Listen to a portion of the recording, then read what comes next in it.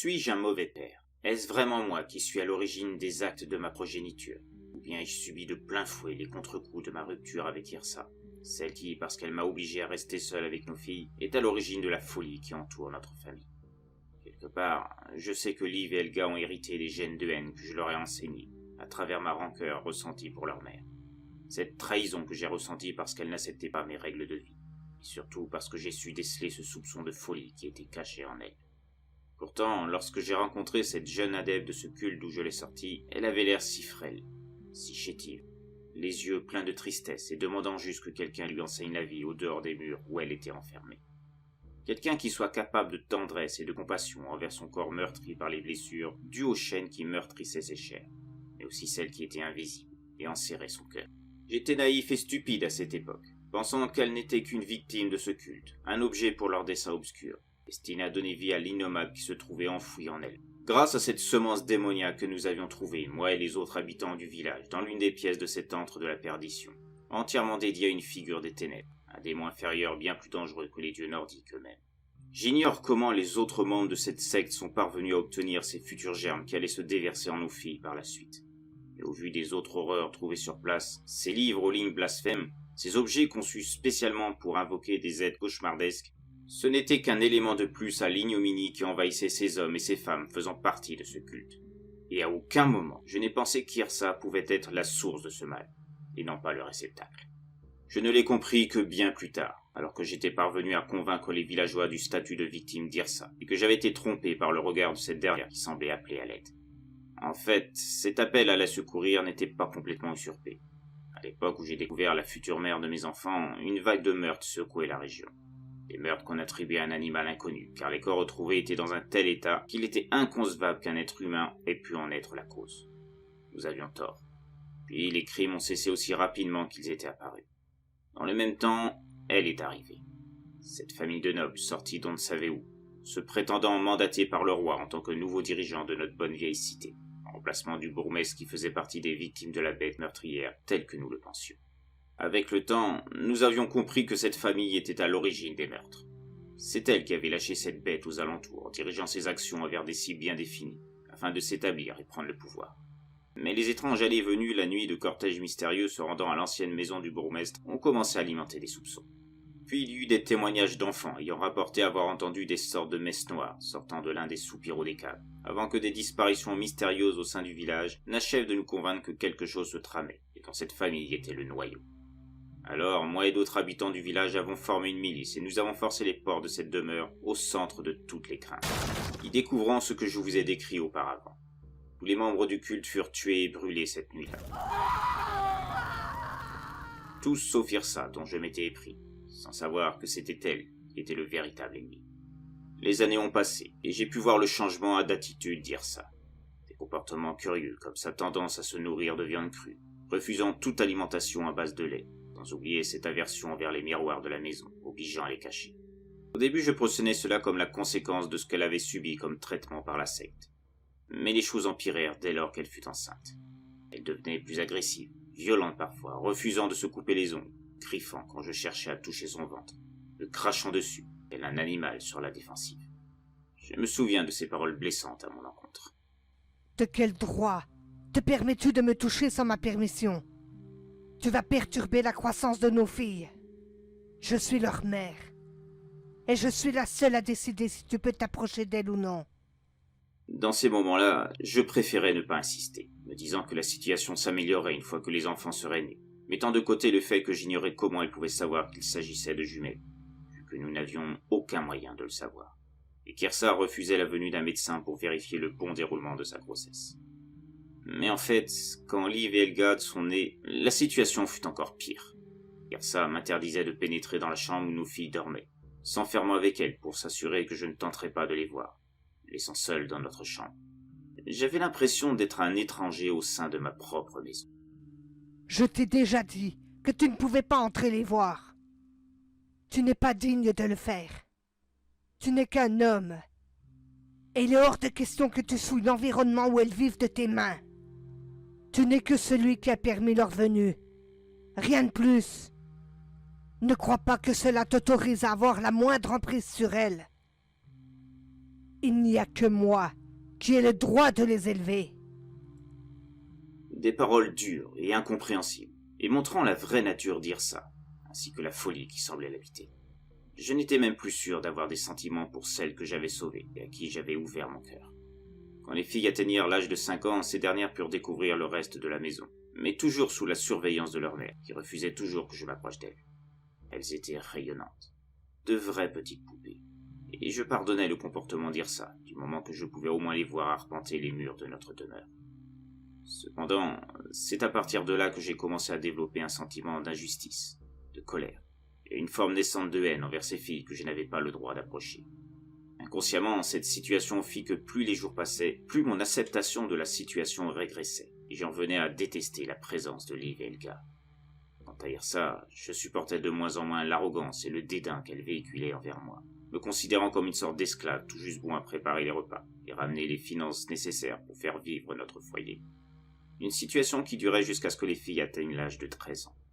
Un jour que je revenais de la taverne du village, ayant bu plus que d'habitude, je retrouvai Yrsa assoupie près de la cheminée, Liv dans ses bras.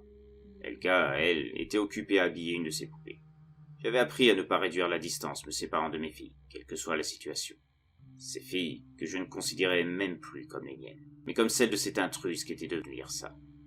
Est-ce l'instinct de cette méfiance, ou bien l'alcool dans mon corps qui me fit faire ce geste? Toujours est-il qu'Helga, voyant sa mère et sa sœur endormies, vint vers moi en courant. Peut-être était-ce un sentiment de dégoût, de peur, ou d'un peu des deux, mais je frappai violemment Helga au visage dès qu'elle fut à une distance trop rapprochée à mon goût.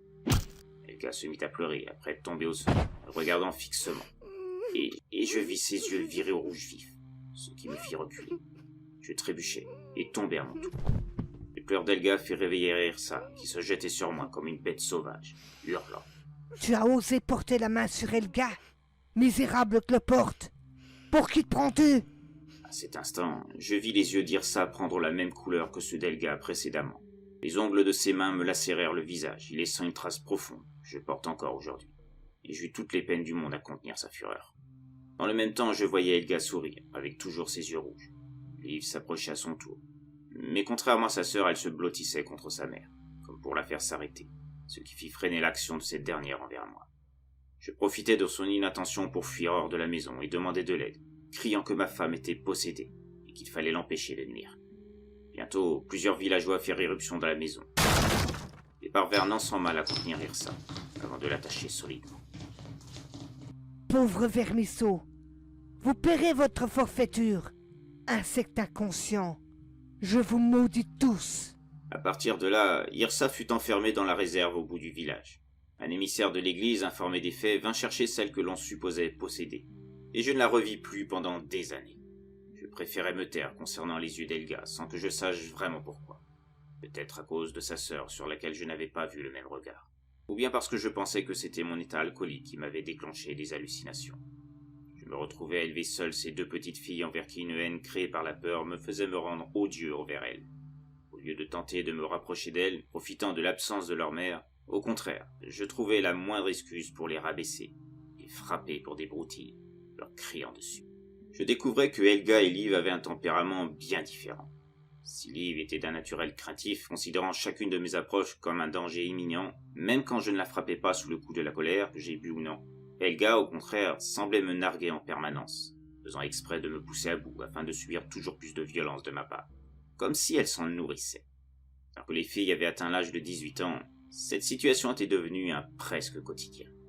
Eh bien, vas-y, qu'est-ce que tu attends? Frappe-moi encore, je sais que tu en meurs d'envie. Frappe-moi pendant que tu le peux encore. Helga, pourquoi tu dis ça? Je ne veux pas que tu aies mal. Je veux que maman revienne. Papa est trop méchant avec nous. Tais-toi, idiote. Tu penses vraiment que j'ai mal? Ce sont des caresses pour moi. Et arrête de l'appeler père. Il ne me mérite pas. Et ce n'est qu'un humain, de toute façon. Et maman nous a abandonnés. Je la déteste, elle aussi, pour nous avoir laissés ici. Tu n'as pas le droit de dire ça. Maman reviendra, j'en suis sûre. Elle reviendra pour nous libérer. Des paroles qui ne faisaient que redoubler ma colère. Et dans ces moments-là, je ne retenais pas mes coups, déclenchant des pleurs de plus en plus forts de la part de Liv, pendant qu'Helga riait de ce que je lui infligeais, déclenchant l'apparition de ses yeux rouges toujours plus vifs au fur et à mesure qu'elle grandissait. Des coups qui disparaissaient au bout de quelques minutes, comme si je n'avais rien fait. J'aurais pu les dénoncer en tant que possédé, en tout cas au moins Helga. Liv, je ne l'avais jamais vu montrer le même regard que sa sœur, et j'ignorais si elle en était capable. Mais en même temps, j'avais l'impression que j'aimais ça. J'aimais me défouler sur elle, Liv, comme Helga. C'était comme si je me vengeais d'Yrsa de ce cadeau empoisonné qu'elle m'avait laissé. Ses filles, c'étaient ses enfants, pas les miens. À travers elles, c'est Yrsa que je frappais. En tout cas, c'était ce que je me disais pour justifier mes actes. Mais il y avait autre chose. Depuis qu'elles avaient atteint l'âge de 17 ans, des meurtres similaires à ceux qui avaient précédé l'apparition de la secte et le fait que je découvrir ça dans les sous-sols de la maison abritant celle-ci endeuillaient le village. Des jeunes hommes pour la plupart. J'avais beau empêcher Helga et Liv de sortir en mon absence, je ne pouvais pas les surveiller durant ces moments. Et je savais qu'elles se rendaient au dehors. Plusieurs fois, des voisins me rapportèrent avoir vu les filles avec des garçons. Ces mêmes garçons qu'on retrouverait déchiquetés près du bois alentour, montrant des traces qui ne pouvaient avoir été faites que par un animal sauvage.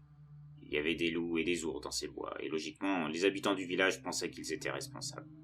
Mais moi, je finis par découvrir la vérité. Je les ai vus près du corps du fils de Karel, notre voisin, alors que je me rendais vers les bois pour couper des arbres dans le cadre de mon travail. Je ne les ai pas vus le tuer, mais je suis sûr que c'était elle. Toutes les deux. Liv a beau être plus sensible que sa sœur, elle reste la fille d'Yrsa. Et à ce titre, elle a forcément hérité de la même propension à la violence que sa mère, sous l'impulsion d'Helga. La découverte que les filles soient les meurtrières fit que je les détestais encore plus, à défaut de savoir comment stopper leurs méfaits. Le fait que leurs plaies se guérissaient de plus en plus vite, au fur et à mesure qu'elles grandissaient, était l'élément m'empêchant de savoir comment leur faire vraiment mal. Et en parler aux autres villageois me mettait dans une position délicate.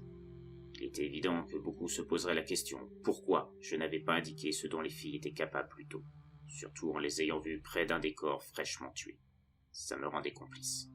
Bientôt, la situation allait encore dégénérer avec le retour d'Yrsa, que je pensais avoir été tuée par l'église il y avait des années de ça. C'est arrivé un soir, après qu'une nouvelle disparition avait été constatée, et que je tentais de faire dire à Helga et Liv pourquoi elles faisaient ça. Qu'est-ce qu'il pouvait bien y avoir dans leur sang pour les inciter à massacrer les jeunes garçons du village? Comme d'habitude, je m'acharnais à frapper Helga et Liv, comme pour libérer ma frustration de ne pouvoir arrêter leurs méfaits. Quand la porte arrière de la maison s'ouvrit avec fracas, et qu'Yrsa apparut.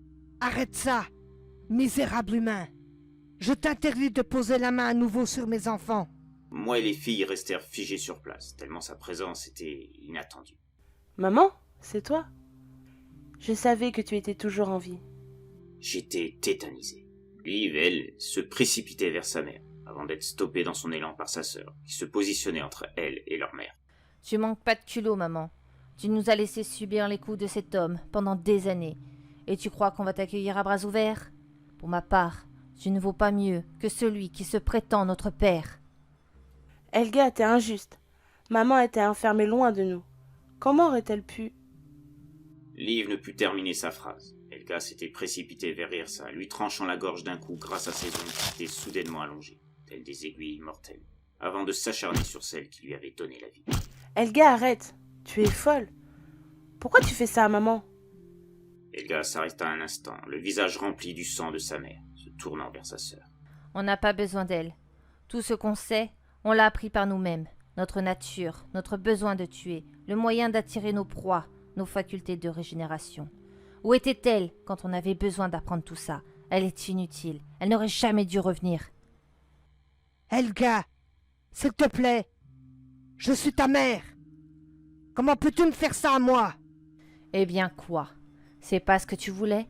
Que l'on devienne comme toi? Tu peux mourir tranquille alors. Je vais tellement te charcuter que tu n'auras pas le temps de te régénérer. Et après ça, cette idiote de Liv arrêtera de me saouler avec le fait que tu vas revenir. Liv, sous le coup de la colère, fonçait sur sa sœur, essayant de sauver ce qui restait de sa mère, sous mes yeux impuissants. C'était la première fois que je voyais les yeux rouges de Liv. Ils étaient moins vifs que ceux de sa sœur. Mais maintenant, j'étais certain qu'elle était exactement comme Helga. Cette dernière freina l'avancée de sa sœur en lui occasionnant une profonde blessure à la jambe droite. Liv tombait au sol, se tenant le membre baissé. T'inquiète pas, tu vas vite guérir. Puis, se tournant vers sa mère, « Bon, on en était où ?»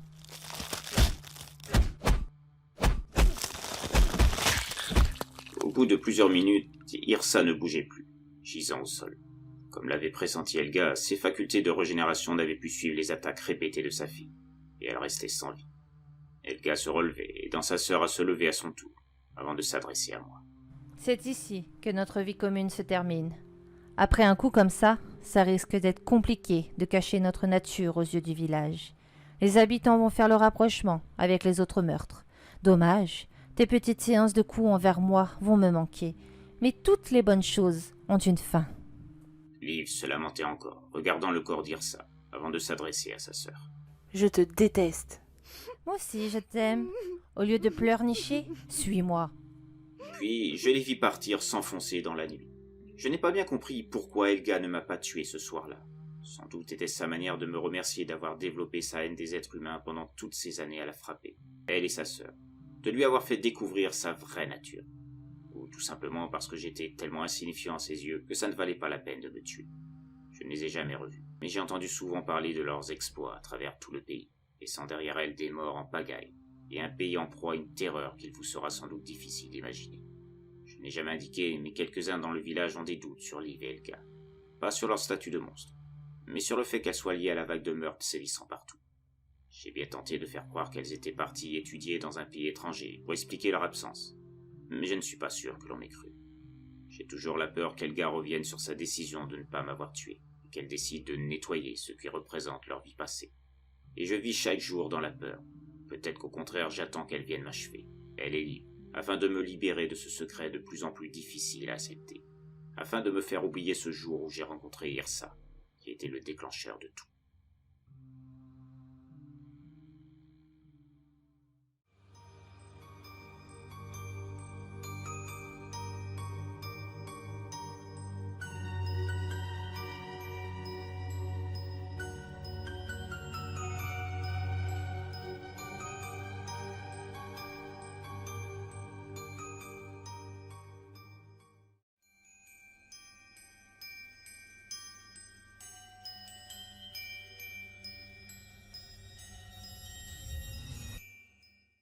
Le sang.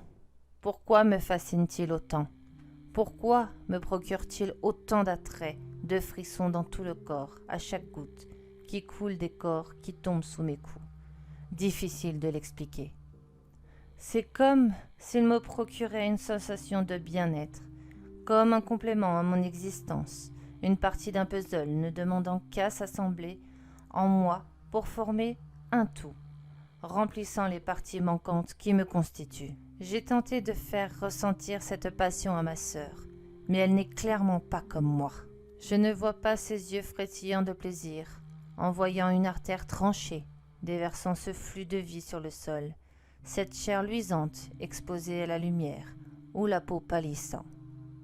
Je ne ressens pas chez elle cette frénésie qui m'accompagne à chaque morceau de chair arraché, chaque lambeau découpé, du bout de mes ongles, ou d'un œil séparé de son orbite, à la simple force de mes dents. J'en viens vraiment à me demander parfois si elle est vraiment ma sœur, et si ma mère ne m'aurait pas trompée en me faisant croire qu'elle l'était, alors qu'il ne s'agit que de l'enfant d'une quelconque vagabonde, à qui elle aurait promis de prendre soin de sa fille. Je sais, ça peut paraître horrible de penser ça d'un membre de sa famille, surtout que j'ai eu de nombreuses fois la confirmation que cet inconnu à qui il était interdit de s'approcher de nous était en fait notre père biologique à toutes les deux. Mais en ce cas, pourquoi Liv n'a pas la même proportion à aimer la mort telle que moi? Pourquoi dois-je toujours user de ma force de persuasion pour l'obliger à faire ressurgir la vraie nature qui est en elle? Je sais qu'au fond de son être, elle est née pour semer mort et désolation dans son entourage. Mais elle refuse sa destinée, offerte par celle qui nous a donné la vie, avant de nous abandonner des années plus tard aux mains de cet humain insignifiant, se prétendant notre père. J'ai du mal à croire que notre mère ait pu se laisser aller à des sentiments envers ce laquais misérable, tout comme je ne comprends pas ce besoin d'aimer qui fait des hommes des êtres faibles et méprisables. Il suffit de tuer la personne qu'ils chérissent pour les voir tomber à genoux, au sol, pleurant sans discontinu, et appelant à l'aide un Dieu qui n'existe que dans leurs stupides croyances. C'est pitoyable, vraiment. Ma sœur, qui es-tu vraiment? Je me souviens de ces moments de notre enfance où tu t'interrogeais sur le rôle de cet homme derrière la porte de la chambre, ayant constitué l'essentiel de nos journées, tentant de nous apercevoir avant de se faire insulter et déclenchant la colère de notre mère, lui ordonnant de partir juste après qu'il ait amené nos repas. Liv ne comprenait pas pourquoi cet homme qui, pour moi, n'était qu'un serviteur sans importance, avait cet air si triste, dédaignant les recommandations de notre mère de ne pas lui prêter attention, qui n'était rien pour nous. À cette époque, j'adorais être auprès de maman, et je sentais que c'était réciproque. Elle me savait obéissante, ne cherchant pas à discuter les raisons pour lesquelles nous ne devions pas sortir de cette chambre, et avait toujours des attentions particulières envers moi. Ce qui rendait jalouse ma sœur, je le sentais, et cela m'amusait énormément. J'adorais la défier, lui montrer que c'était moi que maman préférait, en étant toujours au plus près de cette dernière, voir la tristesse que cette situation occasionnait à Liv, me procurait une joie indescriptible. En grandissant, nous avons découvert ce monde inconnu qui se trouvait au-delà de la chambre constituant notre espace de vie, d'autres pièces, d'autres lieux où nos yeux pouvaient étendre leur vision, accumulant de nouvelles connaissances. Je pensais que ce nouvel univers permettrait de changer la perception de Liv, de ceux qui nous entouraient, qu'elle cesserait de se pâmer devant ces histoires insipides de princes et de princesses, remplies de cet amour qui me faisait presque vomir, de sa niaiserie et son inutilité. Mais son intérêt pour cet homme, à qui il était désormais autorisé de nous voir, mais sans toutefois pouvoir nous approcher, ne faisait que grandir, et je me sentais alors dans l'obligation de lui rappeler ce que notre mère nous avait demandé le concernant. Ce à quoi elle me répondait. Mais pourquoi? Il a l'air si triste en nous observant. J'aimerais tellement apprendre à mieux le connaître. C'est notre père, après tout. Dans ces moments, je m'interposais entre elle et l'homme, afin que celui-ci ne voie que mon dos, et lui rappelais que même s'il nous avait donné la vie, notre mère ne voulait pas qu'on soit proche de lui. Je lui mentais en lui disant que moi aussi j'aimerais mieux le connaître, et insistant sur le fait que seule comptait la volonté de notre mère, et lui demandant si elle voulait lui désobéir. Non, bien sûr que non. Excuse-moi. Tu as raison. Je devrais m'occuper de ce que nous a dit maman. Des paroles qui me faisaient exulter de plaisir, car elles montraient ma domination sur elle, sur cette sœur qui subissait souvent les remontrances de notre mère, et me permettant d'être plus proche que jamais de celle-ci. Au grand désespoir de Liv, je le voyais dans ses yeux. Mais au lieu de montrer une quelconque compassion, je m'arrangeais pour alimenter le fossé entre toutes les deux. Je voulais m'accaparer cette reconnaissance qui n'appartenait qu'à moi envers notre mère. J'étais celle qui était le plus proche en tout point, et pour moi, Liv ne pouvait que faiblir sa force mentale de celle-ci, ce que je refusais intérieurement, tellement je considérais ma mère comme un modèle absolu qu'il me fallait suivre, et à qui je me devais de ressembler en tout point le plus possible.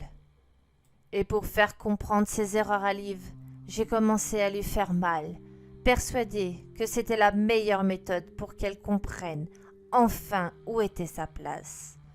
C'est ainsi que j'ai découvert le pouvoir de régénération qui caractérisait notre nature d'être à part de la race humaine. Chaque blessure infligée à Liv se guérissait peu de temps après.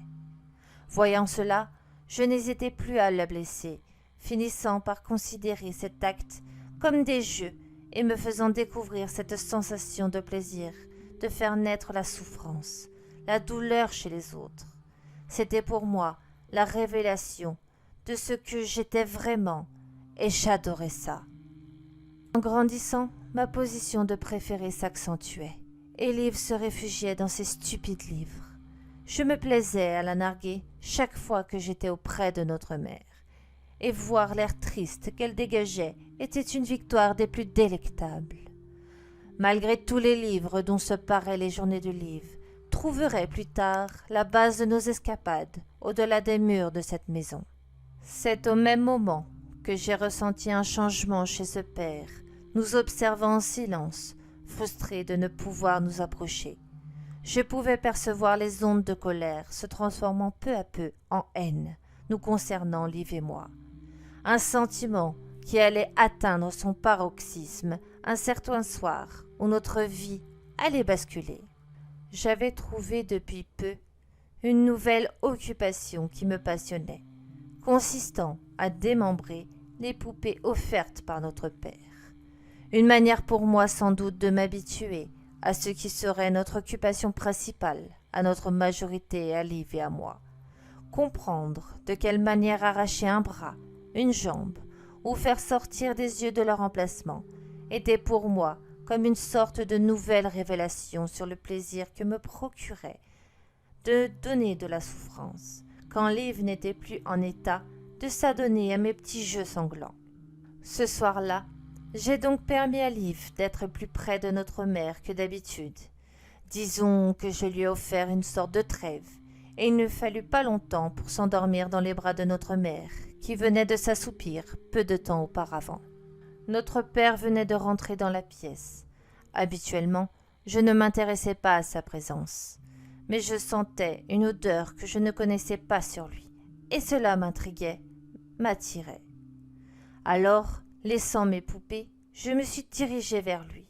Je ne sais pas s'il a considéré mon approche comme une menace, ou si c'était un réflexe à son état, sans doute dû à l'odeur du produit se dégageant de lui.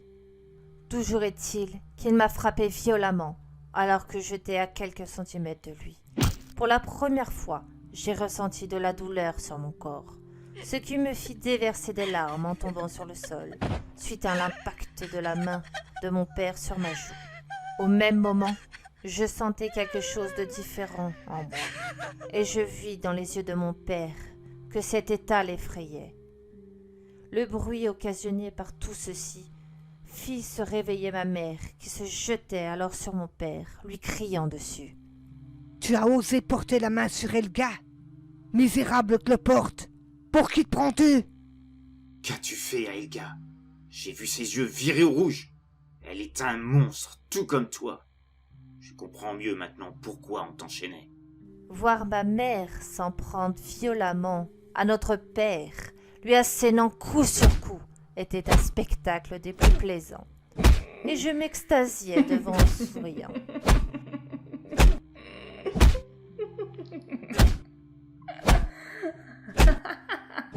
Mais Liv a tout gâché en s'agglutinant à notre mère, l'empêchant de continuer et permettant la fuite de notre père au dehors. On l'entendait crier à tue-tête, appelant à l'aide. L'instant d'après, des hommes se sont rués dans la maison, s'emparant de notre mère, faisant tomber Liv au sol près de moi, avant de l'attacher sous nos yeux. La surprise fit que moi et ma sœur étions incapables de bouger et parler, assistant à sa défaite. Pauvre vermisseau, vous paierez votre forfaiture, insecte inconscient. Je vous maudis tous. Après ça, les hommes ont emmené notre mère hors de la maison. Et c'est là que commençait la deuxième partie de notre vie sans notre mère. Je ne comprenais pas qu'elle ne donne plus signe de vie.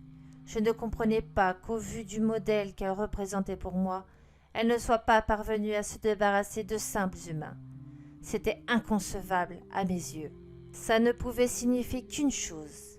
Elle nous avait abandonnés, Liv et moi, volontairement.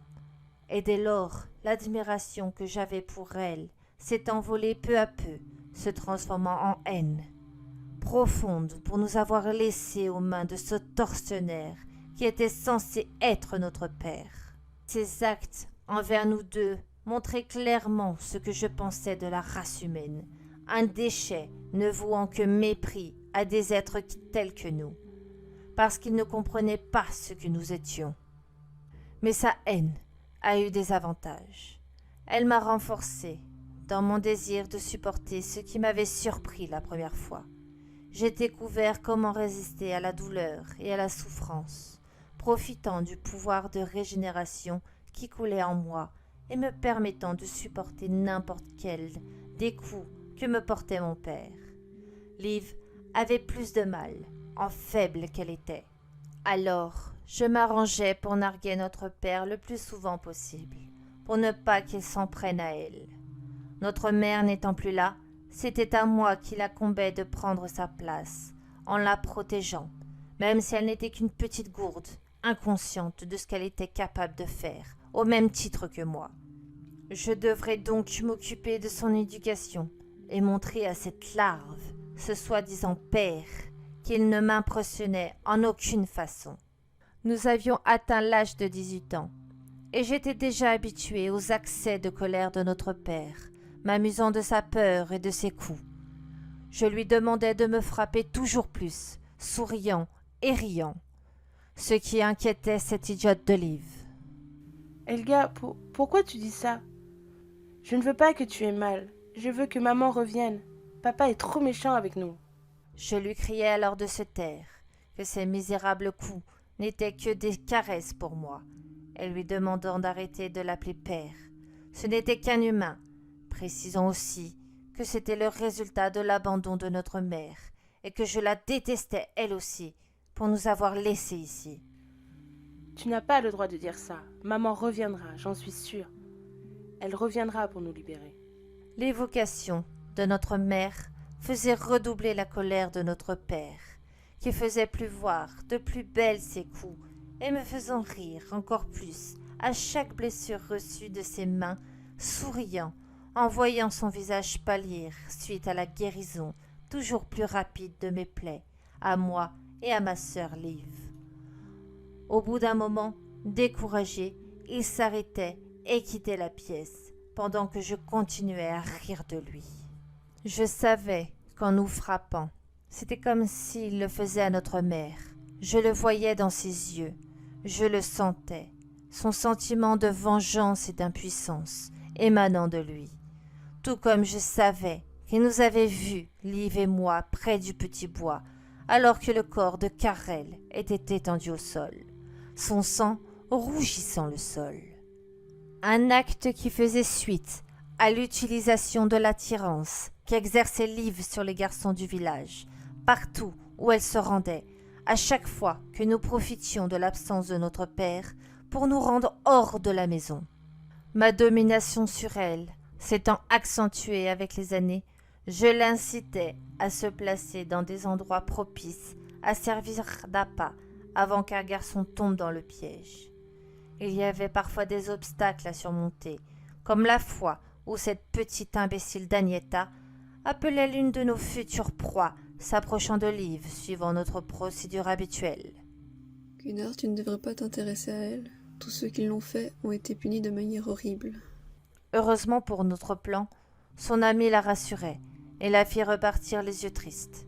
De toute façon, si ce n'avait pas été le cas, je me serais chargé de l'ajouter sur notre liste. Elle aurait été la seule fille, mais je n'aurais pas été contre le fait de changer nos habitudes. Quoi qu'il en soit, Liv parvenait à convaincre nos proies de la suivre dans les bois avoisinants, près d'un arbre où j'attendais le moment propice pour fondre sur la cible, à qui je tranchais la gorge d'un coup, avec une arme de fortune. Un morceau de verre, entouré d'un tissu. L'utilisation d'un couteau aurait trop attiré l'attention par sa disparition au sein de la maison de notre père. À partir de là, j'arrangeais Liv pour qu'elle fasse sa part aussi, lui indiquant où trancher sans le tuer directement. Je tenais à voir la vie s'enfuir du corps avant de passer au final. J'allongeais alors mes ongles, changeant la forme de mes dents, et m'affarais à déchiqueter en profondeur le garçon, nous servant à libérer mes pulsions meurtrières. Dans les débuts, Liv n'était qu'observatrice. Je la forçais à regarder pour qu'elle s'imprègne de la joie de tuer, pour que ça libère ses instincts. Puis, elle a dû participer, elle aussi, sous mes directives, comme toute sœur digne de ce nom. Je la félicitai alors, comme pour la rassurer, de sa peur qu'elle ressentait, de sa honte, de sa culpabilité ressentie. C'était mon devoir de sœur de l'habituer à ce qui était notre nature profonde. Puis vint le soir où, à nouveau, un changement radical de notre famille arrivait. Un soir où notre père se déchaînait sur nous, encore plus que d'habitude, sur Liv et moi. Et comme d'habitude, je me moquais de son inaptitude à me faire trembler, quand soudain, la porte arrière de la maison s'ouvrit, faisant apparaître notre mère. « Arrête ça, misérable humain! Je t'interdis de poser la main à nouveau sur mes enfants. » Aussi bien Liv que moi furent surpris de son retour inattendu, comme notre père qui cessa immédiatement ses coups. Yrsa? Comment tu peux être là? Je te croyais mort depuis tout ce temps. Je pensais que l'Église s'était débarrassée de toi. Séchant ses larmes, Liv montrait sa joie. « Maman, c'est toi? Je savais que tu étais toujours en vie. » Voyant que Liv tentait de se précipiter vers notre mère, je m'interposai et m'adressai à celle qui nous avait abandonnés, l'accusant de nous avoir laissé subir les coups de notre père pendant des années et qu'à mes yeux, elle ne valait pas mieux que lui. « Helga était injuste. Maman était enfermée loin de nous. Comment aurait-elle pu... » Je ne laissai pas le temps à Liv de finir sa phrase et fonçai vers notre mère, lui tranchant la gorge à l'aide de mes ongles, m'acharnant sur elle comme l'une de nos proies habituelles. « Helga, arrête. Tu es folle. Pourquoi tu fais ça à maman? » Le visage rempli de sang, je me tournai alors vers Liv, lui indiquant qu'on n'avait pas besoin d'elle, que tout ce qu'on savait, on l'avait appris par nous-mêmes, que notre mère n'était pas là pour nous apprendre ce qui faisait notre nature et le reste, qu'elle était inutile et qu'elle n'aurait jamais dû revenir. J'entendais alors notre mère me supplier.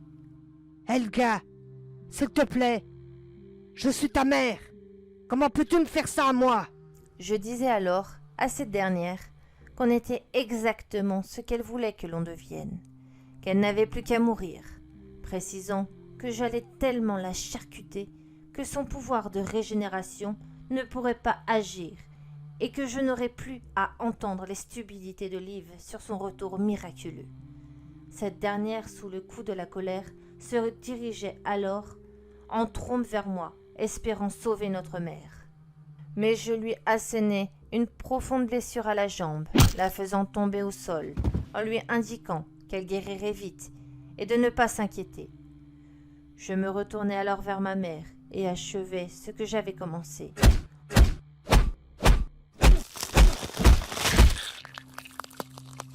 Au bout de quelques minutes, le corps sans vie de celle qui fut notre mère ne bougeait plus. Je me dirigeai alors vers ma sœur, l'aidant à se relever, et je m'adressais déjà à notre ancien père, précisant que notre vie commune avec lui se finissait ce jour. Après coup, comme ça, les habitants risquaient de faire leur rapprochement avec les autres meurtres, et que c'était mieux pour moi et Liv de vivre notre vie désormais. Liv regardait le corps sans vie de notre mère avant de s'adresser à moi. « Je te déteste. » Je souriais et lui disais que je l'aimais aussi, et que maintenant on devait partir. Je lui pris la main et on sortait de la maison, laissant notre père terminer sa triste vie d'humain. Le tuer n'avait pas d'intérêt, et puis disons que c'était mon petit cadeau pour le remercier d'avoir forgé ma nature pendant toutes ces années et révélé notre nature, à moi et Liv. Nous avons donc continué, comme je l'avais enseigné à ma sœur.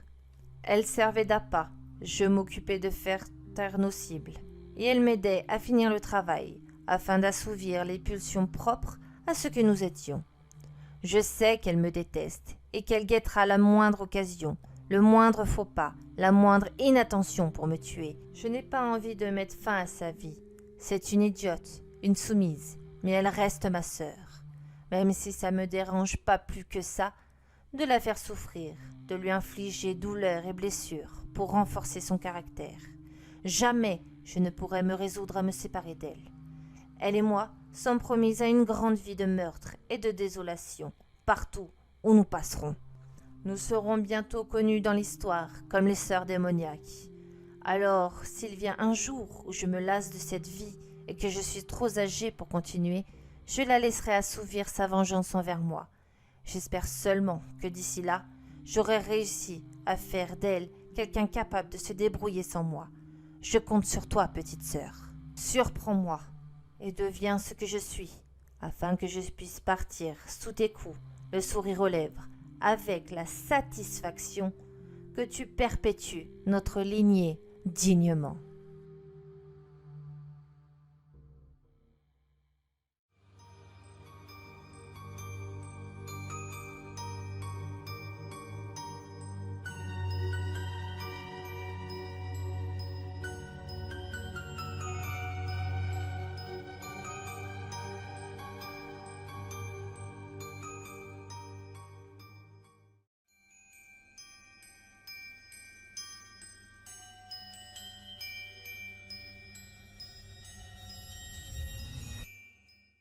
Je ne me souviens pas de ma naissance, d'aussi loin que je creuse dans mes souvenirs les plus anciens.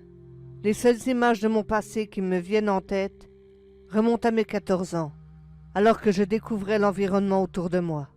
Cette salle plongée dans l'obscurité, tout juste éclairée par des bougies en grand nombre. Ce carrelage froid, agressant ma peau sur mon corps nu. Ces hommes me fixant comme si j'étais une divinité, se prosternant devant moi, en récitant des psaumes au langage inconnu. Ils me faisaient peur. J'étais terrorisé par eux, par leur regard plein de convoitise sur moi, cette noirceur qui nageait dans les pupilles de leurs yeux. Ce jour-là, c'était comme si je découvrais ce monde, pour la première fois, mais dans un corps qui n'était pas le mien.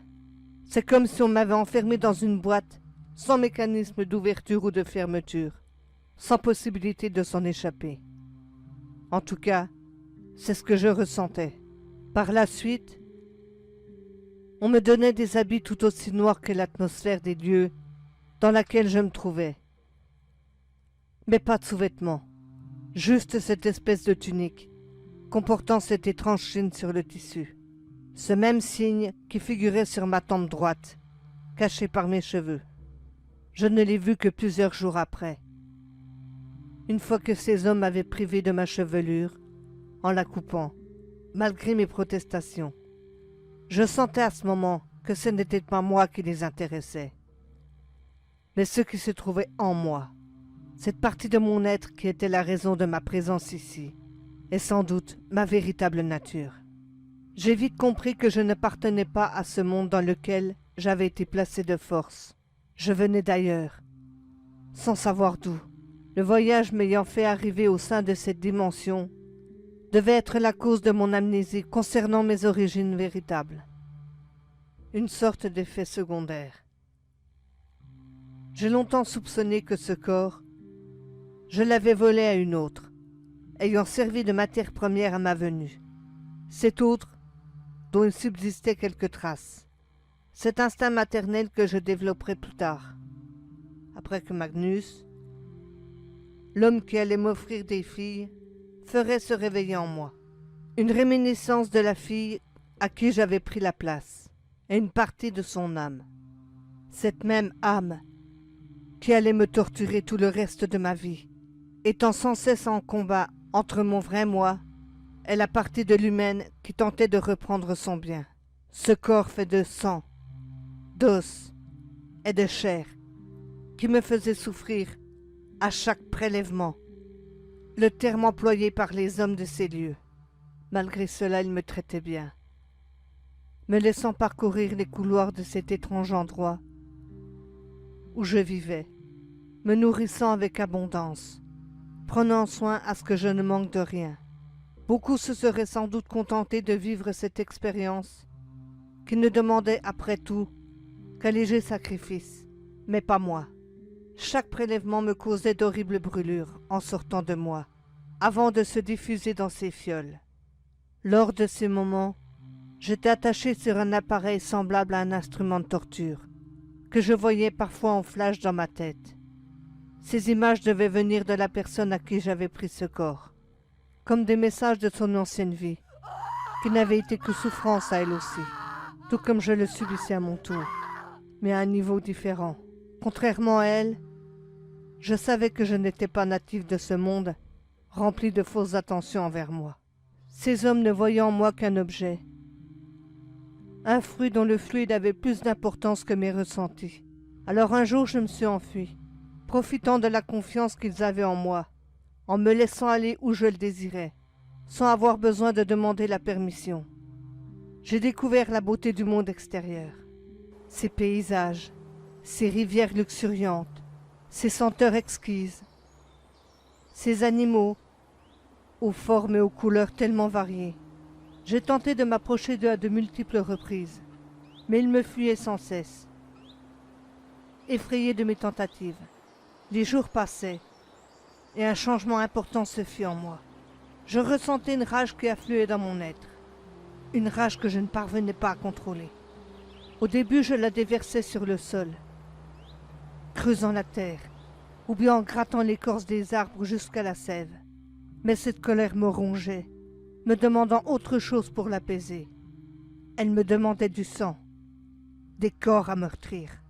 Je me découvrais certaines aptitudes à chasser ces animaux que j'admirais, les dépeçant sans vergogne, me nourrissant de leurs organes, dédaignant le reste du corps, prenant leur vie, jusqu'à ce que je passe à un autre stade, celui du corps humain. Ces humains qui m'avaient arraché au monde d'où je venais, et dont je n'avais pas le moindre souvenir. Je ne comprenais pas ce qui m'arrivait.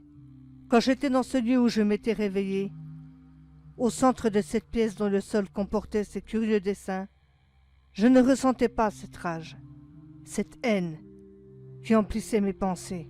Elle devait être endormie par le biais de la nourriture que l'on me fournissait. C'était la seule explication. Une sorte de drogue dissimulée dans mes repas afin de la contenir à mon insu, qui devait assurer à mes hôtes une certaine sécurité envers eux, leur permettant de me prendre ce qui les intéressait en moi. N'ayant plus l'effet de ce produit, ma nature profonde avait repris le dessus. Et puis il y a eu ce jour où j'ai perdu ma liberté. Mes actes sur ces hommes, ces femmes, dont j'éviscérais les corps, ont permis à d'autres personnes comme ceux à qui j'avais fui l'hospitalité de me retrouver, de me capturer et de m'emprisonner. Contrairement à mes précédents hôtes, ceux-ci ne me laissaient pas aller où je voulais. J'étais enfermé dans une pièce encore plus sombre que le reste des lieux, attaché au mur par des chaînes. On me nourrissait en m'indiquant quand ouvrir la bouche, gardant toujours les mêmes haillons gracieusement offerts. Je n'étais pour eux qu'un animal, tout juste bon à servir leurs desseins. Je ne m'étais jamais interrogé sur l'utilité de ce fluide qu'on me prélevait. Mais après mon expérience au dehors, ces corps que j'avais mutilés, ma soif de connaissance fit que je demandai à celui qui semblait être le chef, vu que tout le monde baissait la tête en le croisant. Je voulais savoir ce que pouvait bien lui apporter ce que j'avais en moi. J'ignorais ce que j'étais, mais de ce que j'avais vu, ce qu'il y avait en moi n'apportait que mort et désolation, et était sans contrôle. L'homme me fixait, souriant. C'est justement la fureur qui se dégage de ce qu'il y a en toi, qui est l'essentiel même de notre objectif. Tu n'es pas de ce monde. Seul ton corps l'est. Mais ton esprit, c'est nous qui l'avons fait venir dans notre dimension. Tu viens d'un endroit où la mort est un quotidien tellement banal qu'aucune créature n'y fait plus attention. L'essence même de ce mal peut nous servir à faire des hommes ordinaires, des soldats acharnés et sanguinaires, nous permettant de gagner les guerres que nous opposons aux pays voisins. Je comprenais mieux le pourquoi de ma présence ici, dans cette dimension. C'était exactement ce que je pensais. Je n'étais qu'un objet, une machine leur servant à fournir ce mal pour leur dessein mortel. Je demandais si je n'étais rien d'autre pour lui que celle qui pouvait créer des tueurs en puissance dans ce monde et obtenir le pouvoir. Tel quel, sous sa forme brute, nous ne ferions que créer des monstres humains, tuant tout ce qui se trouve autour d'eux, y compris leur maître. Pour gagner une guerre, nous avons besoin de soldats, certes puissants, mais qui obéissent aux ordres qu'on leur donne. C'est pourquoi nous devons filtrer le mal que nous prenons dans ton corps, de façon à créer un produit capable de moduler la force de nos futures machines à tuer. Et cela demande beaucoup de temps, et aussi pas mal de cobayes humains. Je dois bien l'avouer, tu devrais te sentir fier de ce que tu apportes à notre monde. Je lui indiquai ma haine envers la race humaine, cette espèce vile que je considérais comme des bêtes, et mes ennemis naturels. L'homme riait à mes propos, confiant de la soumission à son encontre qu'il exerçait sur moi. Puis il s'approchait de moi. La seule bête ici, c'est toi. Tu devras t'y faire. Tu n'es pas prêt de sortir de ces murs. Je ne ferai sûrement pas la même erreur que ceux qui t'ont fait venir au sein de notre monde. Ces incapables qui ont réussi à te donner le moyen de t'enfuir. Juste après, l'homme quittait la pièce, me laissant à nouveau seul face à mon malheur. Plusieurs jours passèrent, se ressemblant tous, jusqu'à ce que j'entende des cris et des bruits inhabituels.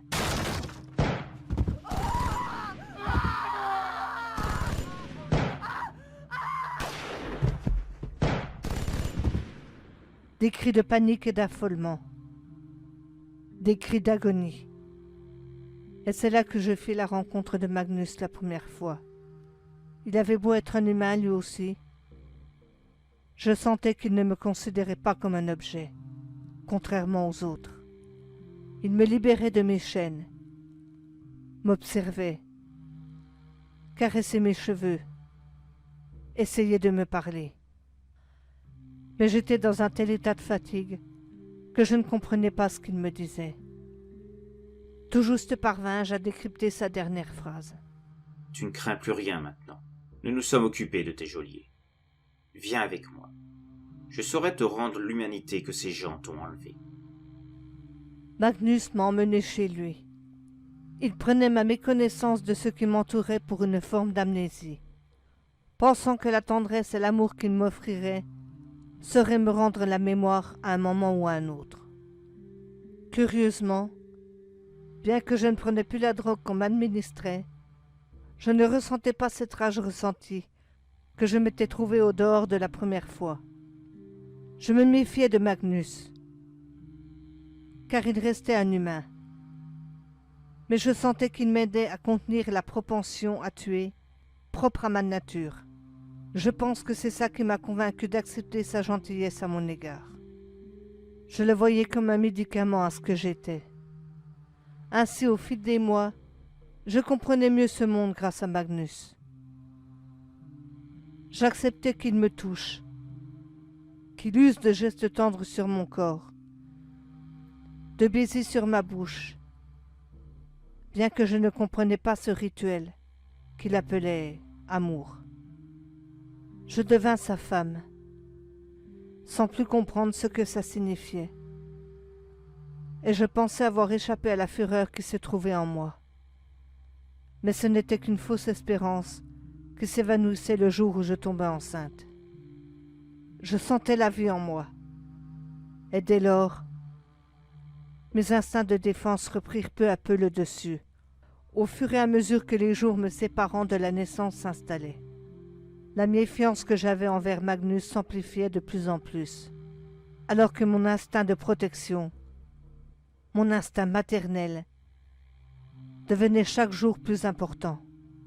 Je refusais de sortir, me terrant dans notre chambre, voyant Magnus s'inquiéter de mon changement d'attitude à son égard. Mais seule comptait pour moi la naissance à venir. À ce moment, pour moi, Magnus n'était plus qu'un obstacle à la sécurité de mes filles. Car oui, je savais qu'il s'agissait de filles, des jumelles. Je le sentais au plus profond de mon être. Je les entendais me parler dans ma tête, comprenant déjà la différence entre elles. L'une montrait un caractère plus fort que l'autre, rebelle, proche de ce que j'étais quand je massacrais animaux et humains. Ça m'inquiétait un peu, mais je me disais que ce n'était peut-être qu'une impression, et que ce tempérament serait amenuisé par sa sœur, qui, elle, était plus calme, ayant moins de propension à la violence, même si elle n'était pas absente pour autant. Mais elle était plus modérée. C'était comme si elle voulait ne s'en servir que si la situation l'exigeait. Je sais que ça peut paraître bizarre, mais c'est vraiment ce que j'ai ressenti dans ma tête. Comme si mes filles étaient déjà sorties de mon corps. Plusieurs fois Magnus avait voulu poser la main sur mon ventre, prétextant de sentir la présence de celles qu'il considérait aussi comme ses filles. Ce qui déclenchait ma colère. Lui hurlant de quel droit il se permettait de me toucher, et affirmant qu'en tant que mère, j'étais la seule à décider s'il pouvait s'approcher de mes filles ou non. Ma relation avec Magnus devint encore plus compliquée quand Liv et Helga, le prénom que je leur avais donné, vinrent au monde. Mon instinct de protection atteignait alors des sommets de prudence et de méfiance, réveillant ma crainte des humains. Je restais auprès d'elle en permanence, dans la chambre dont je m'étais moi-même chargé de décorer et remplir des meubles, jouets et autres objets utiles, refusant l'aide de Magnus. Je m'occupais de leur fournir leur éducation, à partir de ce que je savais du monde humain, leur inculquant ce que je jugeais nécessaire. Je ne voulais pas que la main d'un humain ne touche la peau de mes filles.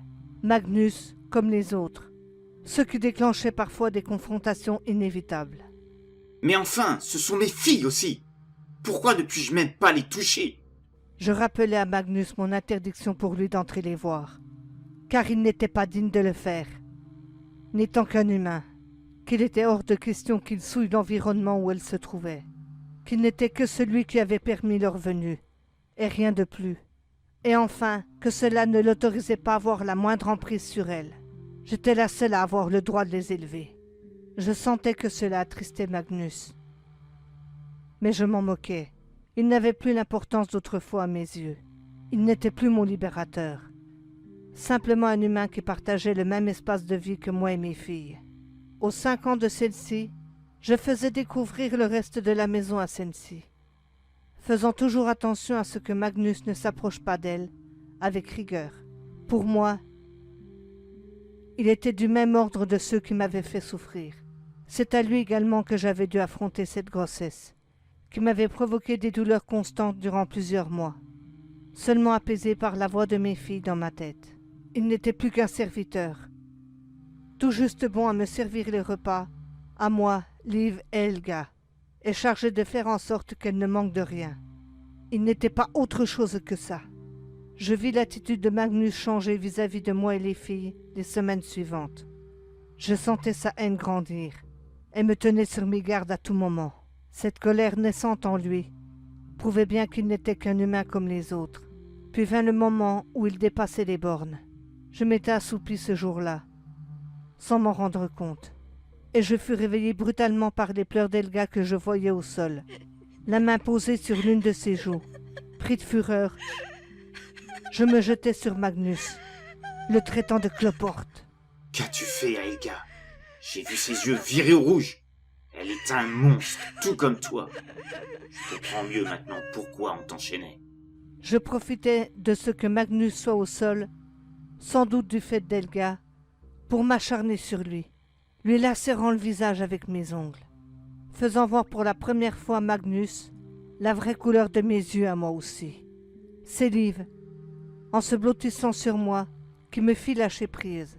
Magnus en profitait pour fuir hors de la maison, afin d'avertir les villageois de ce qu'il venait de se passer. Juste après, plusieurs d'entre eux vinrent dans la maison, et parvinrent à prendre le dessus sur moi et m'attacher. Je les insultais, criant qu'ils paieraient pour ça, et les maudissais, tous autant qu'ils étaient. On m'enfermait dans la remise au fond du village, avant qu'un homme d'église, tel qu'on me le présentait, m'emmenait loin d'ici, loin de mes filles, sans que je puisse rien faire, obligé de laisser Liv et Helga entre les mains de Magnus. Je me retrouvais alors dans une situation similaire à celle à laquelle j'avais échappé du fait de Magnus. Le fameux homme d'église n'était en fait qu'un autre adepte de ce culte qui m'avait déjà utilisé. Je parvins néanmoins à le convaincre que Liv et Helga n'avaient pas hérité de mes gènes, en échange d'une soumission totale. Je n'étais pas sûr qu'il pensait que mes filles ne disposaient pas des mêmes capacités que moi. Mais je comprenais plus tard, en étant témoin de conversations avec d'autres adeptes et un nouveau maître, que mes filles étaient perçues comme trop jeunes pour contenir la même force de mal, et que, de toute façon, leur jeunesse ne permettait pas de recueillir le fluide qui les intéressait comme ils le faisaient avec moi. J'ai tenu le coup ainsi plusieurs années, pensant constamment à mes filles. Elles étaient celles qui me poussaient à vivre, plutôt que de mettre fin à mes jours, pour ne plus offrir ce qu'ils voulaient à ces monstres d'humains. Mais je savais aussi que dès que Liv et Helga auraient atteint l'âge de 18 ans, elles se retrouveraient également dans le collimateur des membres du culte, qui chercheraient à les ramener ici à leur tour, afin de leur faire subir les mêmes souffrances que moi. Je ne pouvais pas accepter cela, et dès que l'occasion se présentait, je devrais fuir pour les sauver. Cette occasion se présentait que bien des années après, alors que je savais Helga et Liv ayant atteint l'âge requis pour que les membres du culte choisissent de les rapatrier auprès de moi. Je sentais leur excitation d'avoir de nouvelles sources de fluide. Avec les années, le culte avait réussi à filtrer le mal en moi et distribuer de ce produit à des guerriers, leur ayant permis de remporter plusieurs conflits et guerres. Moi, vieillissant, mon fluide n'était cependant plus aussi efficace sur des longues durées, et la perspective d'avoir de nouvelles créatures plus jeunes, comme l'étaient mes filles, firent qu'il manquait de la même prudence que d'habitude. À l'inverse de ma précédente geôle, je n'étais pas attaché avec des chaînes, seulement enfermé dans une sorte de cellule semblable à une prison. L'adepte chargé de m'apporter ma nourriture, ne me voyant pas à travers les barreaux de la porte, pensa que je m'étais enfui. Affolé, il ouvrait la porte, et je lui tombai dessus. J'avais laissé pousser mes ongles suffisamment pour pouvoir me servir comme instrument pour me hisser au plafond. J'ai pu ainsi m'enfuir. Le reste des lieux était peu surveillé. Le culte faisait trop confiance à la solidité de ses cellules.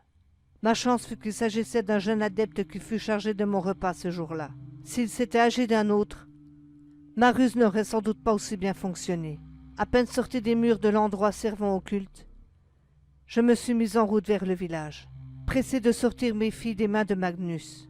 J'ignorais quelle brutalité il avait bien pu leur faire vivre, mais il paierait pour ça. C'était certain. Je me souvenais d'Helga au sol, pleurant, lorsqu'elle était encore petite, et je savais Magnus capable du pire. Connaissant leur nature, le voyage fut long, et je craignais constamment que des hommes soient encore lancés sur mes traces pour me rattraper. J'espérais juste obtenir suffisamment d'avance pour que le culte ne puisse pas lancer des traqueurs sur mes traces. Au bout de plusieurs jours, je parvins au village, profitant de ma connaissance des lieux et de mon âge conséquent, que je devais être moins reconnaissable auprès des villageois après toutes ces années. Je parvins à la maison de Magnus, ouvrant la porte arrière. Et là, le spectacle devant mes yeux fit remonter mon instinct de haine, n'étant plus sous le coup de la drogue du culte reçu pendant mon séjour forcé. Magnus s'apprêtait à lever la main sur mes enfants.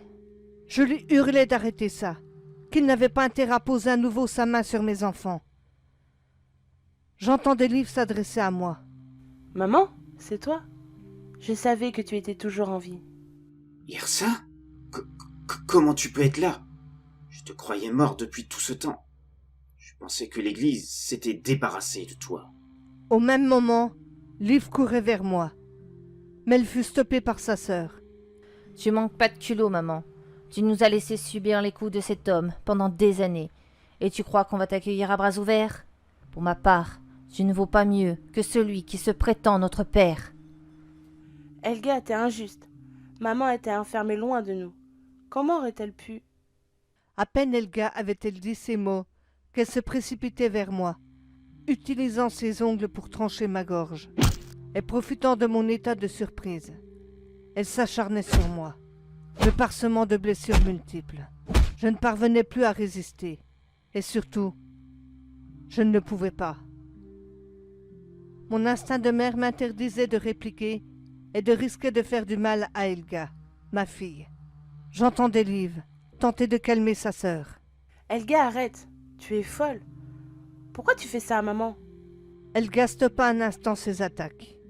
On n'a pas besoin d'elle. Tout ce qu'on sait, on l'a appris par nous-mêmes. Notre nature, notre besoin de tuer, le moyen d'attirer nos proies, nos facultés de régénération. Où était-elle quand on avait besoin d'apprendre tout ça? Elle est inutile. Elle n'aurait jamais dû revenir. Désespéré de la réaction d'Helga, je tentais de la dissuader de continuer. La suppliant. J'étais sa mère. Comment pouvait-elle me faire ça? Eh bien quoi? C'est pas ce que tu voulais? Que l'on devienne comme toi? Tu peux mourir tranquille alors. Je vais tellement te charcuter que tu n'auras pas le temps de te régénérer. Et après ça, cette idiote de Liv arrêtera de me saouler avec le fait que tu vas revenir. Liv tentait d'arrêter sa sœur, fonçant vers elle, mais elle fut stoppée dans son élan par Helga, qui lui infligeait une profonde blessure, la faisant tomber au sol. T'inquiète pas, tu vas vite guérir. Helga se tourna ensuite vers moi. Bon, on en était où? Helga reprenait ses attaques de plus belle. Je voyais mes forces s'affaiblir. La capacité de régénération propre à ma nature n'était plus en mesure de suivre. Je voyais mes yeux se fermer. Mon cœur, enfin celui de ce corps abritant ce que j'étais, s'arrêtait. Me laissant comme dernier souvenir sur ce monde, le visage souriant de me voir mourir d'Helga, que je chérissais tant. J'avais du mal à y croire. Dans le même temps, j'étais rassuré, car je savais que désormais, mes filles étaient en mesure de survivre en ce monde. Helga avait raison. Elle n'avait plus besoin de moi. Je pouvais m'éteindre en paix. Peut-être que, libéré de ce corps humain, ce que j'étais allait pouvoir retourner là d'où je viens, et reprendre son existence là où il s'était arrêté. Me souviendrai-je de mes filles, ou ferai-je comme la fois où je me suis retrouvé dans ce monde, sans souvenir de ce que j'étais? C'était la question qui m'angoissait le plus, où mes yeux se fermaient définitivement en ce monde.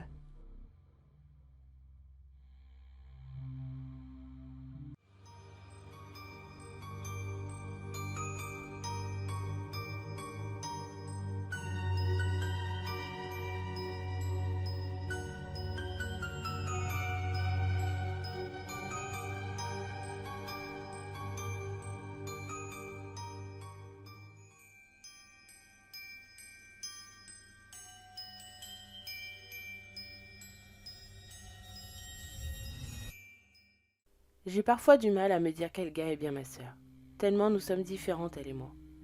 Elle me fait peur.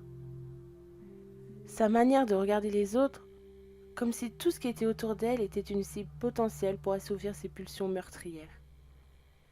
Son regard qui s'illumine quand elle tranche les gorges de tous ces garçons, se servant de moi pour les attirer.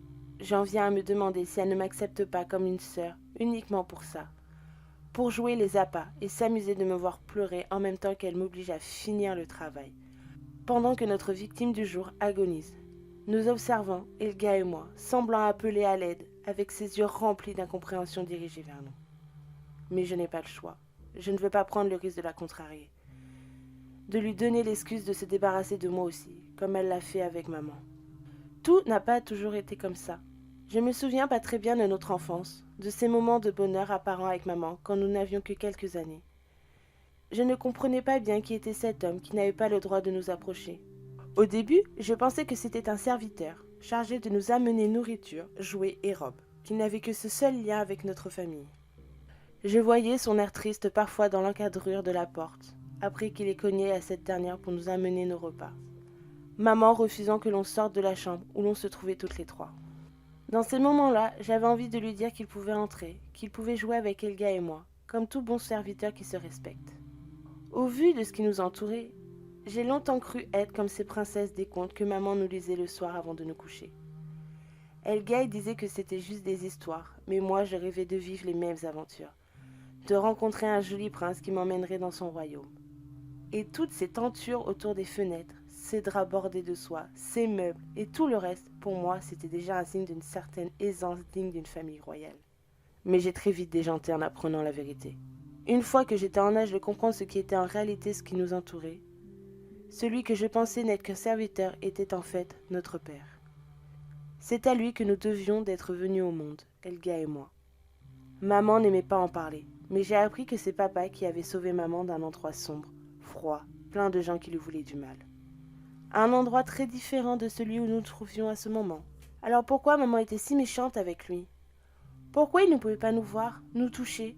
Je comprenais mieux sa tristesse à chaque fois qu'il tentait de nous apercevoir et que maman l'en empêchait. C'est là que je m'apercevais de cette différence entre Helga et moi. Elle ne prêtait pas vraiment attention à ce que je voyais, que son insouciance lui dictait de ne pas s'attacher, obéissant de manière stricte aux directives de maman de ne pas le regarder non plus, qu'il n'était pas digne de nous observer. Helga était très attachée à maman, encore plus que moi. Je pense que c'est à cause de cet attachement qu'elle a du mal à supporter que maman nous laisse seuls avec cet inconnu qui était notre père. Nous avions beau grandir, nous ne le connaissons pas. Il n'était qu'un étranger qui avait à peine le droit de vivre sous le même toit que nous. Par la suite, nous avons pu sortir, ma sœur et moi, de cet espace qu'était la chambre, où nous avions grandi une grande partie de notre enfance. Nous avons découvert d'autres pièces, comme la cuisine, le salon, et nous avions accès à des vraies toilettes, et non plus un simple pot de chambre dans un coin de la pièce, dont le contenu était jeté par la fenêtre par maman, ou posé devant la porte, laissant l'homme nous servant de père le vider et le nettoyer, comme un domestique d'une grande maison. De cette époque, je me souviens de cet air triste, mélangé à la joie de ce père si proche, mais si éloigné de nous. Il me faisait de la peine, et à chaque fois que je tentais de lui adresser un sourire, Helga me rappelait à l'ordre. Ne fais pas ça. Je me demandais pourquoi, indiquant que l'homme avait l'air si triste là-bas, et que j'aimerais bien apprendre à mieux le connaître. Après tout, c'était notre père. Helga me prenait par les épaules dans ces moments, se mettant de dos pour ne pas que l'homme voie ses yeux rougis par la colère, pendant que maman, ignorant ce qui se passait, était affairée à cuisiner les aliments apportés par notre père. C'est peut-être celui qui nous a donné la vie, mais maman ne veut pas qu'on s'approche de lui. Moi aussi, j'aimerais bien le connaître un peu mieux, mais si maman ne veut pas, c'est qu'il doit y avoir une raison. Et tu ne voudrais pas désobéir à maman, pas vrai? Je lui répondais par la négative, m'excusant avec insistance auprès d'Helga sur mes propos. Quand Helga me montrait ses yeux rouges, je savais que je ne devais pas avoir une opinion différente d'elle. Alors, je baissais les yeux, ne voulant pas qu'elle ne se mette en colère contre moi. Je ne connaissais pas encore ce dont elle était capable à cette époque, mais il y avait comme une sorte d'instinct qui me disait de ne pas la défier, sous peine de le regretter. Je pense que c'est là que j'ai compris que ma sœur me faisait peur, qu'elle était plus forte que moi. Elle avait une fureur en elle que je ne comprenais pas. Exactement comme maman quand notre père s'approchait d'un peu trop près. En ce sens, Helga ressemblait beaucoup plus à notre mère que moi. D'un point de vue de caractère, violence verbale et agressivité. À cause de ça, j'évitais le plus possible de la contrarier. Maman aussi pouvait être méchante parfois envers moi si je ne faisais pas ce qu'elle disait, mais ce n'était rien en comparaison d'Helga. Plusieurs fois, elle m'a enfoncé ses ongles dans la chair de mes épaules pour bien me faire comprendre d'obéir à maman. Elle ne supportait pas que j'interroge maman sur beaucoup de choses concernant papa. Après les remontrances, sommes-nous toutes supportables de maman, Helga me prenait toujours à part et elle me faisait mal. C'est comme ça qu'on a compris, elle et moi, que nous pouvions guérir facilement, quelle que soit la blessure reçue. À chaque fois qu'elle plantait ses ongles dans ma chair au niveau du cou, des bras ou des jambes, peu de temps après, la blessure cicatrisait, se refermait, ne laissant plus aucune trace. Et Helga profitait de ça pour me forcer encore plus à me faire ce qu'elle me disait. Elle savait que j'étais plus sensible qu'elle aux blessures, même sachant qu'elle guérissait aussi vite. Il y avait un certain sadisme dans ses actes envers moi. Elle y prenait un grand plaisir, c'était une évidence. Et plus encore parce qu'elle savait que jamais je n'oserais lui faire la même chose, même pour me défendre. Malgré tout, je finissais par m'habituer à cette vie familiale un peu spéciale, très différente de ce que j'avais lu dans les livres. J'aimais beaucoup lire, contrairement à Helga qui passait une grande partie de ses journées auprès de maman, me narguant comme pour me dire « Maman est à moi, pas à toi ». Ce qui fait que j'avais rarement l'occasion de faire des activités avec elle. Alors, la lecture me permettait de pallier ce manque affectif qu'Helga m'empêchait d'avoir avec maman de manière rapprochée. J'aime beaucoup les histoires romantiques, ça me passionnait. j'apprenais de cette manière nombre techniques d'approche envers les jeunes garçons, ce qu'Elga saurait utiliser à profit à son avantage par la suite. Une fois que maman nous laissa aux griffes de papa et que je découvris que la frustration de ne pas s'approcher de nous pendant des années avait transformé notre père en être froid, mauvais, et nous vouant une haine qu'il est difficile de décrire avec des mots. Je ne sais pas exactement ce qui s'est passé ce jour-là dans les détails. Tout ce dont je me rappelle, c'est que je m'étais endormie dans les bras de maman, qui, pour une fois, n'était pas monopolisée par Elga. Celle-ci étant occupée à démembrer ses poupées, s'amusant à lacérer leurs habits et la texture de leur visage de chiffon. Ces moments étaient rares. Je profitais de cet instant de bonheur que j'avais à être auprès de maman, comme si Elga m'autorisait à agir de la sorte. Et puis, j'ai été réveillée par les cris d'Elga, suivis de bruits de chute.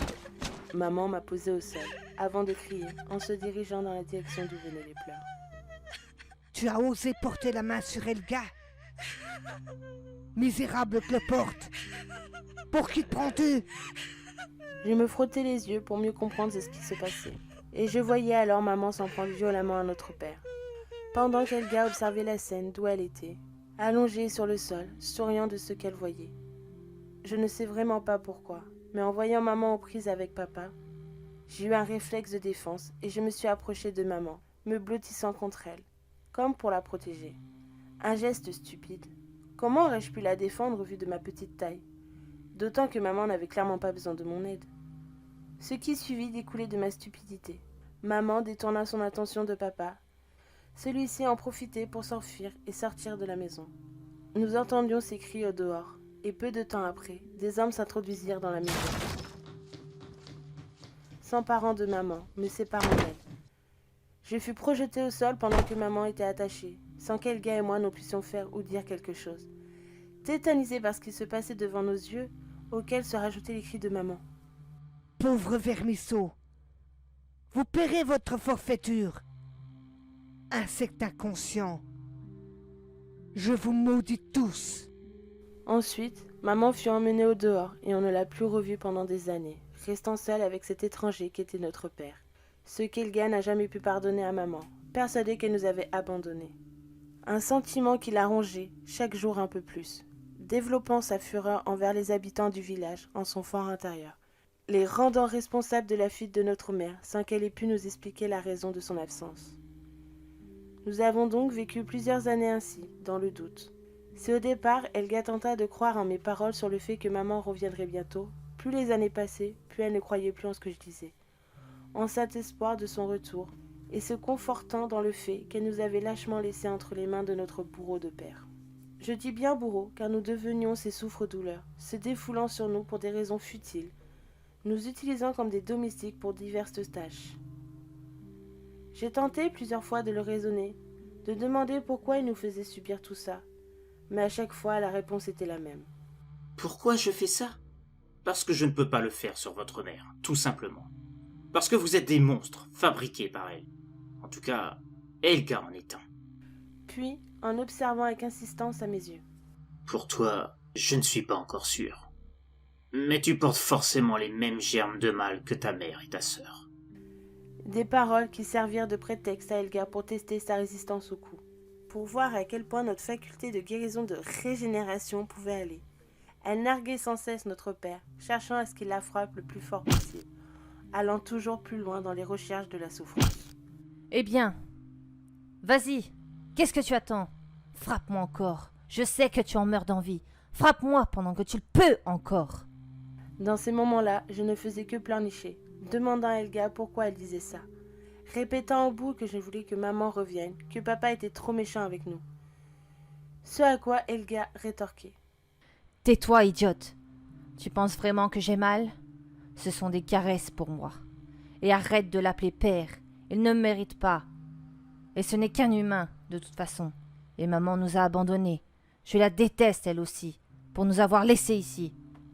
Je lui criais qu'elle n'avait pas le droit de dire ça, que maman reviendrait un jour, j'en étais sûre. Elle reviendrait pour nous libérer.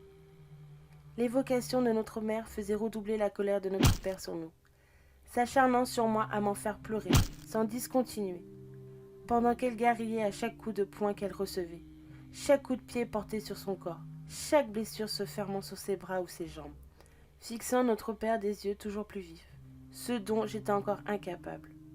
Au bout d'un moment, voyant que ses coups ne causaient aucune lésion durable, celle-ci guérissant aussi soudainement qu'il lui donnait naissance, papa s'arrêtait, externuait des efforts fournis à se déchaîner sur nous, et lassé de rire d'Elga.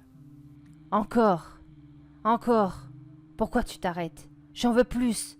Encore plus. Mais ça, ce n'était rien en comparaison de ce qu'Elga m'obligeait à faire en l'absence de notre père, bûcheron de son état. Dès que celui-ci partait de la maison, elle m'entraînait avec elle, afin de l'aider à assouvir sa soif de sang et de violence comme elle le disait, prétextant que les caresses de notre père ne lui permettaient pas de lui donner ce qu'elle voulait. Elle savait que j'attirais les regards des garçons du village, bien plus qu'elle, dont les attitudes de garçon manqué faisaient fuir le moindre prétendant. Alors, elle profitait de cette propension involontaire de ma part d'aimant à garçon, tel qu'Elga me désignait, me faisant poster sur un coin de rue, comme attendant quelque chose. Le stratagème était rodé, il ne fallait pas longtemps avant que je sois abordée, et que je parvienne à le convaincre de me suivre près du petit bois, à l'abri des regards indiscrets. Suivant en cela les recommandations d'Elga, qui suivait toutes les étapes de séduction. Une fois aux abords de la forêt, je montrai un arbre bien défini à la future proie, qui me suivait bien docilement comme un petit chien à qui me promettant le plus beau des os. À peine arrivé et profitant que les prétendants plongent son regard dans le mien, Elga se montrait, sortant de derrière l'arbre, servant de lieu de sacrifice, ne laissant pas le temps au pauvre garçon de réagir. D'un coup, elle lui tranchait la gorge à l'aide d'un bout de verre enrobé d'un tissu. Une arme de fortune simple mais efficace, et surtout qui pouvait facilement se renouveler et se jeter sans que ça se remarque. Au contraire d'un couteau, dont l'absence aurait été facilement attiré l'attention de notre père. C'est là que le sadisme d'Elga entrait en jeu, alors qu'elle me tendait un autre verre, comme celui ensanglanté qu'elle tenait. Vas-y, Liv, à ton tour. Regarde, tu as juste à planter le verre ici, trancher la chair de ses bras. Fais-le doucement, il ne faudrait pas qu'il meure trop vite. Je tiens à voir la vie s'enfuir de lui, petit à petit. Pendant ce temps, je m'occupe de ses jambes, et après ça, on passera au final. Elle me montrait alors ses ongles qui s'allongeaient, ses dents qui passaient de leur forme rectangulaire à celle des triangles aiguisés, prêts à se planter dans le corps et à déchiqueter le pauvre garçon servant de défouloir à Elga. Elle savait que je détestais quand elle m'obligeait à tuer. Les premières victimes, elle s'était contentée de me forcer à regarder, s'appliquant à découper lentement le corps. Et une fois que la vie n'était plus présente dans le corps, s'acharnant à dépecer à coups de dents et d'ongles le reste, afin de faire croire à l'attaque d'un animal, tel un ours ou un loup qui était en grande quantité dans la région. Mais après, elle a tenu à ce que je participe moi aussi, afin que je franchisse à mon tour la ligne, tout comme elle. Comme une vraie sœur se doit de le faire. C'était le prétexte qu'elle me sortait à chaque fois que j'hésitais, me prenant la main pour m'aider, le cas échéant, pour s'assurer que je ne m'enfuirais pas en courant. C'est très bien, Liv. Tu es de plus en plus douée, tu sais. Tu me fais très plaisir, ma chère petite sœur adorée. Et moi, je n'osais rien dire, je faisais comme elle me disait de faire, car j'avais trop peur de subir le même sort si je refusais. J'avais bien trop peur d'elle et de ce qui adviendrait si je m'abaissais pas à suivre ses traces. Je suis devenue une meurtrière à cause d'elle. Je suis devenue un monstre à cause d'elle, usant des mêmes facultés qu'elle. Les yeux rouges, les ongles, les dents. J'étais son parfait sosie dans le meurtre sauvage. J'étais sa prisonnière, sa complice, et elle le savait. Elle savait que jamais je n'oserais me rebeller contre elle, contre les horreurs qu'elle m'obligeait à faire. Même le jour où on s'en est pris à Garel, le fils de notre voisin. Toutes les deux, on a senti qu'on nous observait, alors que le corps du jeune garçon gisait au sol, baignant dans une mare de sang coulant sur la terre. Elga a dit qu'elle sentait la haine de notre père venant d'un fourré. Il nous avait vus avec le corps de Karel. On ne savait pas depuis combien de temps il était là, mais il savait maintenant qu'on était à l'origine de ses morts et que les loups ou les ours n'avaient rien à y voir. Et puis un soir, notre père s'est encore plus déchaîné sur nous, alors qu'une nouvelle disparition d'un des garçons du village avait été annoncée. Il savait que nous étions à l'origine de ça. Ce soir-là, alors qu'il nous frappait avec effervescence, et qu'Elga riait de plus belle, insistant à ce qu'il nous frappe toujours plus, la porte arrière de la maison s'est ouverte avec fracas, et une voix familière se fit entendre. Arrête ça! Misérable humain, je t'interdis de poser la main à nouveau sur mes enfants. Elga et moi n'en revenions pas, et papa arrêta aussitôt ses coups. Yrsa? Comment tu peux être là? Je te croyais mort depuis tout ce temps. Je pensais que l'Église s'était débarrassée de toi. Pour ma part, j'étais heureuse. Je savais que maman ne nous avait pas abandonnés. Et je me précipitai vers elle, des larmes de joie cette fois coulant sur mes joues. Mais Elga s'interposait, stoppant ma course, avant de s'adresser à notre mère. Tu manques pas de culot, maman. Tu nous as laissé subir les coups de cet homme pendant des années. Et tu crois qu'on va t'accueillir à bras ouverts? Pour ma part, tu ne vaux pas mieux que celui qui se prétend notre père. Je disais à Elga qu'elle était injuste, que maman avait été enfermée loin de nous contre son gré. Mais je n'ai pas pu terminer ma phrase. Déjà qu'Elga avait foncé sur maman et tranché sa gorge avec ses ongles qu'elle venait d'allonger. Avant de s'acharner sur elle comme elle le faisait avec nos victimes du village. Je lui criai d'arrêter, qu'elle était folle, mais elle se contenta de se retourner, s'adressant à moi. On n'a pas besoin d'elle. Tout ce qu'on sait, on l'a appris par nous-mêmes. Notre nature, notre besoin de tuer, le moyen d'attirer nos proies, nos facultés de régénération. Où était-elle quand on avait besoin d'apprendre tout ça? Elle est inutile. Elle n'aurait jamais dû revenir. Au même moment, maman agonisante tentait de faire revenir Elga à la raison. Elga, s'il te plaît, je suis ta mère. Comment peux-tu me faire ça à moi? Imperturbable, Elga lui répondait. Eh bien quoi? C'est pas ce que tu voulais? Que l'on devienne comme toi? Tu peux mourir tranquille alors. Je vais tellement te charcuter que tu n'auras pas le temps de te régénérer. Et après ça, cette idiote de Liv arrêtera de me saouler avec le fait que tu vas revenir. Pris d'une colère intense, je fonçai sur Elga. Mes yeux rouges vifs se montrant à notre père, qui les voyait sur moi pour la première fois. Mais Elga freina ma course en m'occasionnant une profonde blessure à ma jambe droite et me faisait tomber au sol, juste avant de sourire. T'inquiète pas, tu vas vite guérir. Elle se tournait alors vers maman. Bon, on en était où? Continuant son déchaînement de coups sur maman, sa dernière succombait rapidement, ses facultés de guérison ne parvenaient plus à suivre les attaques, et elle restait sans vie sur le sol. Elga revint vers moi, m'aidant à me relever. Ma blessure s'était déjà refermée. Et m'entraînant à la suivre au dehors, non sans adresser un dernier message à notre père. C'est ici que notre vie commune se termine. Après un coup comme ça risque d'être compliqué de cacher notre nature aux yeux du village. Les habitants vont faire le rapprochement avec les autres meurtres. Dommage, tes petites séances de coups envers moi vont me manquer. Mais toutes les bonnes choses ont une fin. En sortant, j'observais le corps lacéré de maman. Pleurant comme jamais, il ne m'était arrivé de le faire. Tout en donnant mon ressenti à ma sœur. Je te déteste. Moi aussi, je t'aime. Au lieu de pleurnicher, suis-moi. Nous partîmes alors de cette maison qui avait été le point de départ de notre vie, laissant notre père expliquer ce qu'il pourrait aux villageois sur la présence de notre mère et la manière dont elle a été massacrée. Les semaines, les mois suivants ne furent qu'une succession de meurtres toujours plus violents selon le bon plaisir qu'Elga.